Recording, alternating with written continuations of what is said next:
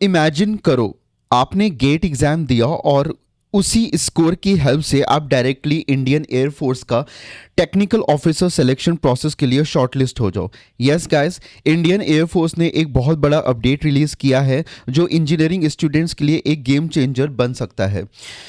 और हॉनेस्टली ये update specially उन स्टूडेंट्स के लिए बहुत इंपॉर्टेंट है जो बीटेक कर रहे हैं, गेट की प्रिपरेशन कर रहे हैं या डिफेंस सेक्टर में टेक्निकल ऑफिसर बनना चाहते हैं। क्योंकि अब तक ग्रेजुएशन मार्क्स से शॉर्ट लिस्टिंग होती थी, लेकिन अब पूरा सिस्टम चेंज होने वाला है।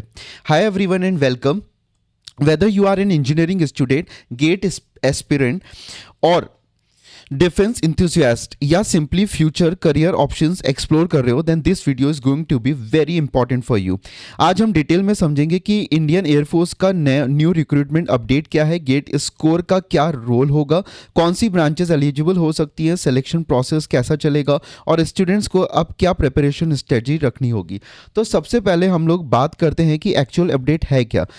गेट स्कोर शॉर्ट लिस्टिंग, ठीक है, इसमें बेसिकली क्या है, सबसे बड़ा चेंज ये है कि इंडियन एयरफोर्स ने ग्राउंड ड्यूटी टेक्निकल ब्रांचेस के लिए GATE based short listing introduce कर दी है। मतलब अब ग्रेजुएशन परसेंटेज के बेसिस पर शॉर्ट लिस्टिंग होने के चांसेस कम हो जाएंगे और गेट स्कोर कार्ड का इंपॉर्टेंस इंक्रीज हो जाएगा। ठीक है, पहले क्या होता था कि अगर आप टेक्निकल एंट्री के लिए अप्लाई करते थे तो initial short listing mostly graduation के मार्क्स के बेसिस पर होती थी। अगर परसेंटेज हाई है तो शॉर्ट लिस्ट होने के चांसेस बेटर होते थे। बट अब आईएएफ ग्रेजुअली एक मोर कॉम्पिटिटिव और स्टैंडर्डाइज्ड प्रोसेस की तरफ मूव कर रहा है यूजिंग द गेट स्कोर। ठीक है, ये बहुत बड़ा चेंज इसलिए है क्योंकि गेट एक नेशनल लेवल का टेक्निकल एग्जाम है। इंजीनियरिंग कॉन्सेप्ट्स इसमें डीपली होते हैं और अब इसका यूज सिर्फ पीएसयू या एमटेक के लिए नहीं, डिफेंस टेक्निकल ऑफिसर रिक्रूटमेंट में भी होने लगेगा। ठीक है, अब क्या है इसमें कि डायरेक्ट शॉर्टलिस्टिंग होगी एएफएसबी की। अब यहाँ एक और इम्पॉर्टेंट पॉइंट समझना बहुत ज़रूरी है कि गेट स्कोर का यूज सिर्फ इनिशियली शॉर्टलिस्टिंग के लिए होगा।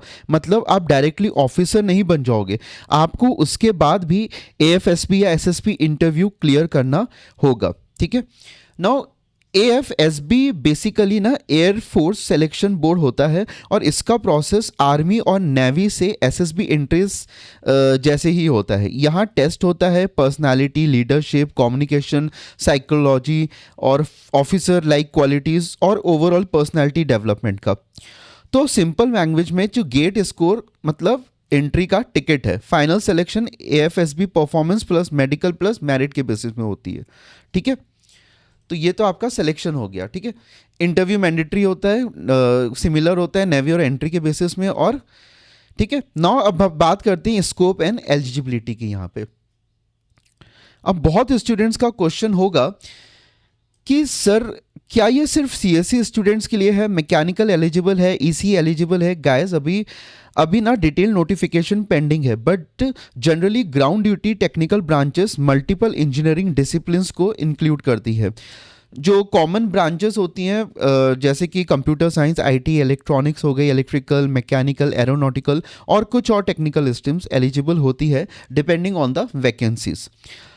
ठीक है, तो एग्जैक्ट एलिजिबल ब्रांचेस और cut off related details official notification में क्लियर होंगी।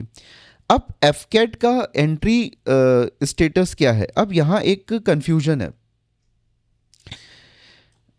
अब यहाँ एक कंफ्यूजन मैं क्लियर कर देता हूँ कि बहुत स्टूडेंट सोचेंगे कि एफकेट बंद हो गया है। ठीक है, नहीं गाइस, एफकेट प्रोसेस अदर ब्रांचेस के लिए नॉर्मल ही रहेगा। ये अपडेट स्पेसिफिकली ना ग्राउंड ड्यूटी टेक्निकल एंट्रीज के रिक्रूटमेंट प्रोसेस को इम्पैक्ट करता है। नॉन टेक्निकल ब्रांचेस का एफकेट प्रोसेस अभी सेम ही है।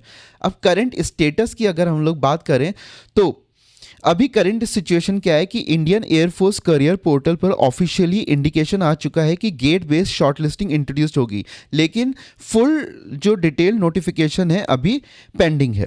ठीक है, अभी कुछ इंपॉर्टेंट चीज़ें क्लियर नहीं है, जैसे कि कौन सा गेट ईयर वैलिड होगा।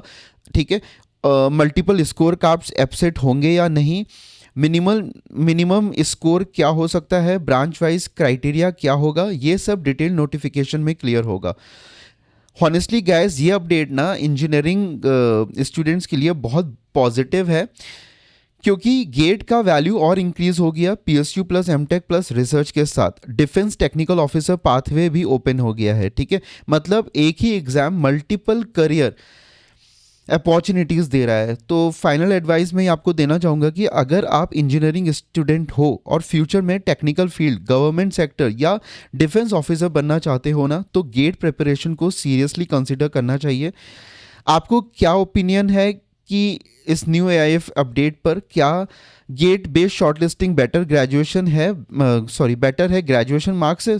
कमेंट सेक्शन में ज़रूर बताना। और अगर आप चाहते हो कि मैं एलिजिबल ब्रांचेस, प्रिपरेशन स्ट्रैटेजी या एक्सपेक्टेड कट ऑफ एनालिसिस पर डिटेल वीडियो बनाऊं, तो वीडियो को लाइक करो एंड सब्सक्राइब करो टू इंजीनियर्स पावर।